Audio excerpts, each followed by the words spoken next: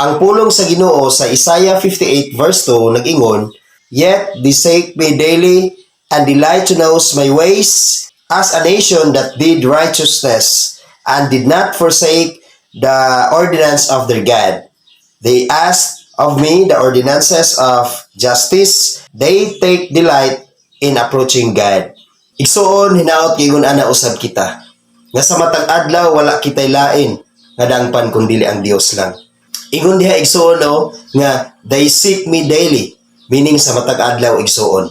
Dili lang ta sa Domingo mudangop sa Ginoo, kun dili daily. Mao kana ingon sa pulong sa Dios. Sa matag adlaw igsoon, mudangop kita, mangita kita, mupaduol kita sa Dios.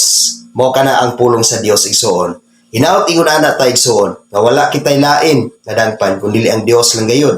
Nga mao ang tag-iya sa langit ug sa yuta, nga mao ang tag-iya sa atong kinabuhi. Wala na lain pa igsoon. O nag-ingon pa diha igsoon nga malipayon sa pagsunod sa balaod sa Dios ug wala magsaway sa balaod sa Dios igsoon.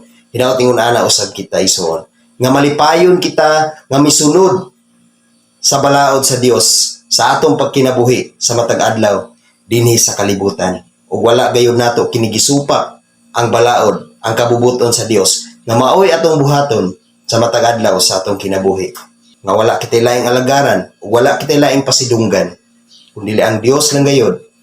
O gikalipay nila ang pag-alagad sa Ginoo. Gikalipay nila ang pagpaduol sa Ginoo. Gikalipay nila ang pag-ampo sa Ginoo. Gikalipay nila ang pagdaig sa matag adlaw ngadto sa Ginoo. Sa imong pagbuhat niya na igsoon, I'm sure nga ang Ginoo mahimuot gayud kanimo. I'm sure nga ang Ginoo adunay maayo nga ganti sa imong kinabuhi. And I'm sure nga ang Ginoo naa gayoy maayo nga buhaton sa imong kinabuhi. Ug kanang imong kinabuhi igsoon, aduna gayud kanay maayo nga resulta. Salig ug ampo sa Ginoo igsoon, ug ang Dios adunay maayong plano sa imong kinabuhi. Amen. God bless sa tanan.